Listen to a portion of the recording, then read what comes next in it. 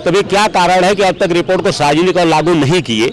न जाने इनके अति पिछड़े समाज की कितनी बेटियां, कितनी पाल तड़वी जो है कि अपहरण हो रहा है, कि इन पे कानून कब बनेगा? क्या इस अति पिछड़े समाज को मरने के लिए छोड़ दिया जाए? कानून का सीधा चीर हड़र होते आपको दिख जाया जाए। जब हम पढ़ते थे हमारे साथ भी ऐसे ही होता था।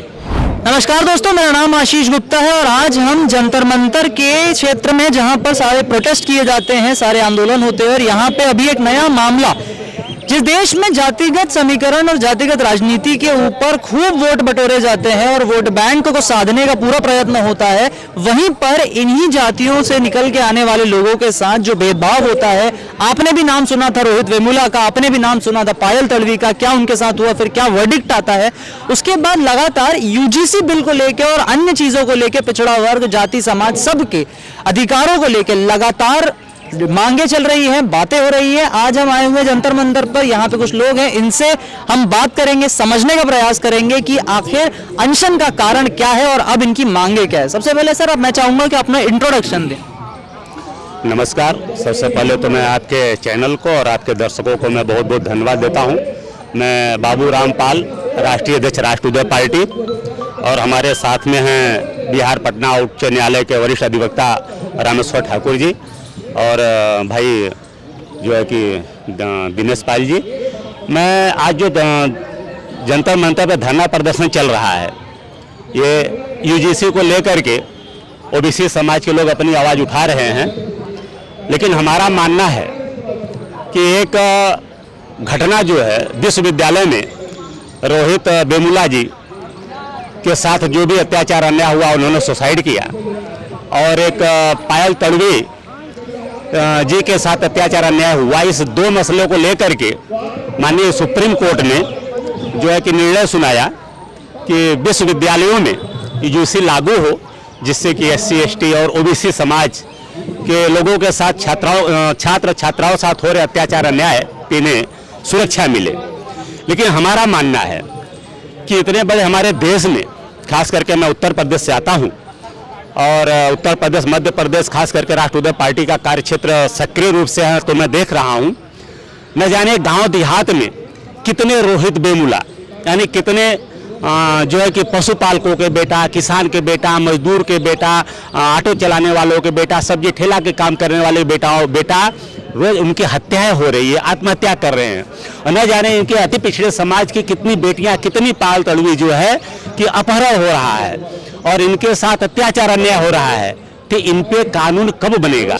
और इस विषय पे जो भी हमारे देश में पार्टियां हैं, जो भी नेता हैं, चाहे एससी एसटी समाज से आते हों, ओबीसी समाज से आते हों या फॉरवर्ड समाज से आते हों, ये इनकी आंखें कब खुलेगी? क्या इस अति पिछड़े समाज को मरने के लिए छोड़ दिया जाए? तो जिस तरह से यूजीसी बिल लाया गया, इस तरह से हमारा मानना है कि एक ग्रामीण सुरक्षा कानून लाया जाए, जिससे कि गांव देहात में रहने वाले लोग सुरक्षित महसूस करें। और हमारा मानना है कानून ऐसा होना चाहिए, क्योंकि हमारा जो देश है ये बहुजातीय, बहुभाषीय, बहुधार्मिक देश है और यही हमारे देश की खूबसूरती है। तो कानून ऐसा होना चाहिए कि जो अपराधी हो उसको सजा मिले, कोई भी अपराधी छूटे नहीं, और जिसके साथ जो भी पीड़ित हो, जिसके साथ अत्याचार अन्याय हुआ है, हर उसको न्याय मिले, उसको सुरक्षा मिले और आम जनता वो भय मुक्त हो। ऐसे कानून का मैं समर्थन करता हूं।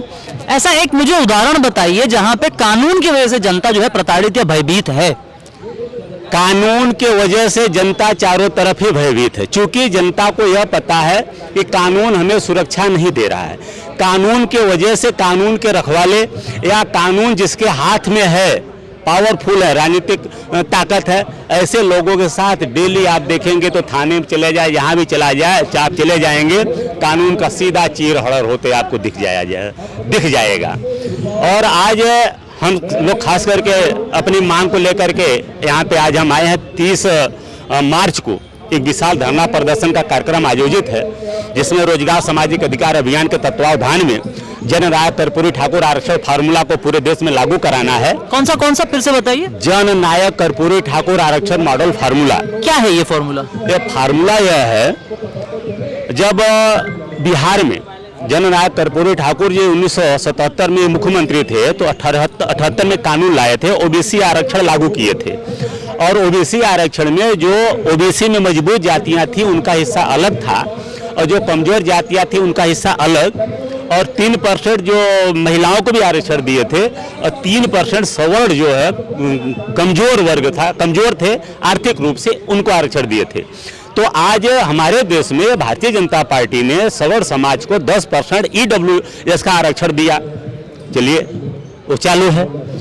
और ओबीसी समाज को, अति पिछड़ा समाज को, अत्यंत पिछड़ा समाज को हक अधिकार देने के लिए माननीय प्रधानमंत्री मोदी जी ने जस्टिस जी रोहिणी आयोग का गठन 2 अक्टूबर 2017 को किए, और 31 जुलाई 2023 को रिपोर्ट भी आ गया। तभी क्या कारण है कि अब तक रिपोर्ट को सार्वजनिक और लागू नहीं किए? इससे स्पष्ट मंशा माननीय प्रधानमंत्री जी की और भारतीय जनता पार्टी की स्पष्ट मंशा समझ में आ रही है कि ये अति पिछड़ा, अत्यंत पिछड़ा समाज विरोधी हैं।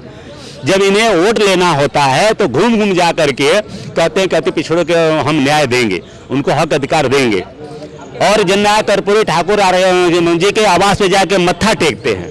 लेकिन उनके फार्मूला जो लागू कराना होता है तो इनके आंख कान नाक सब बंद हो जाते हैं। तो इनकी गूंगी बहरी इनको जो स्थिति है, इसको हम लोग आवाज देने के लिए 30 मार्च को विशाल धरना प्रदर्शन जंतर मंतर पर करेंगे, इसकी हम लोगों ने तैयारी किया है। अपना इंट्रोडक्शन। मैं तो पीड़ित हूँ जी। अच्छा, आप पीड़ित हैं? आप दिल्ली में रहता हुआ, अच्छा, जब हम पढ़ते थे हमारे साथ भी ऐसे ही होता था।